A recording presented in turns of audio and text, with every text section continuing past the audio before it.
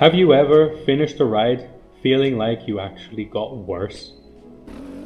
Sometimes I used to feel like that. It wasn't just me being tired or unlucky, but I felt like some of my riding skills were actually regressing. My body position, control of the bike, confidence, all of them were slipping away. After some reflection, I saw that I was actually reinforcing habits that were not even capable of getting me through the section. I wasn't riding with the right technique, even though I knew what it was. Can you relate?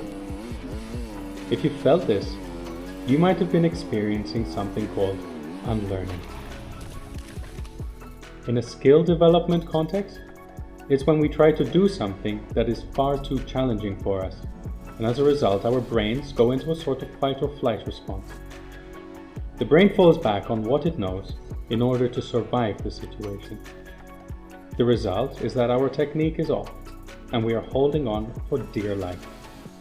It's luck that gets us through, if that is, we get through at all.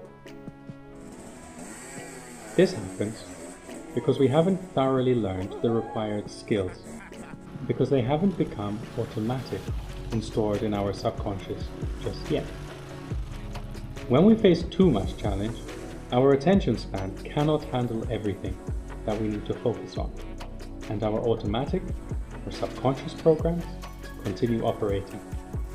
Now, what our brain finds in the library of our skills is either solid foundation skills or inadequate technique. Our success and failure depends on what it finds, and what it finds depends on what we've trained. And now the dark side of learning.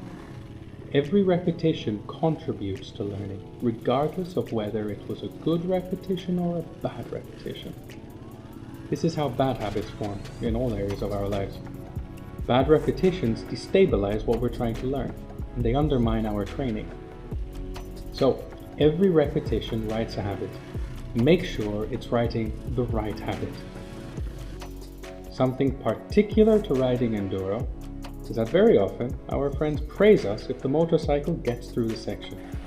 It doesn't matter if we did it like Billy Bolt, or if we were holding on for dear life and our legs were flying all over the place.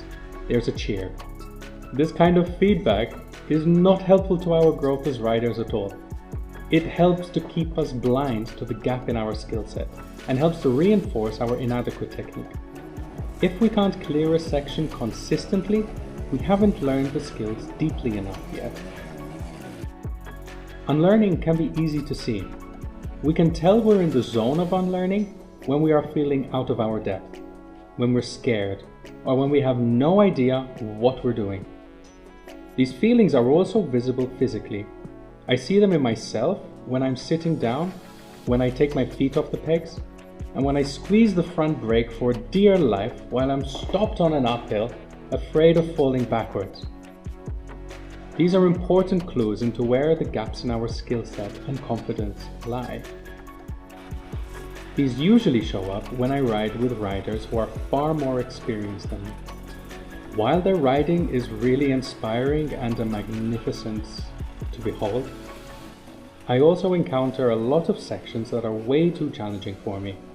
That means that I have to be mindful not to bite off more than I can chew, not to enter the realm of unlearning.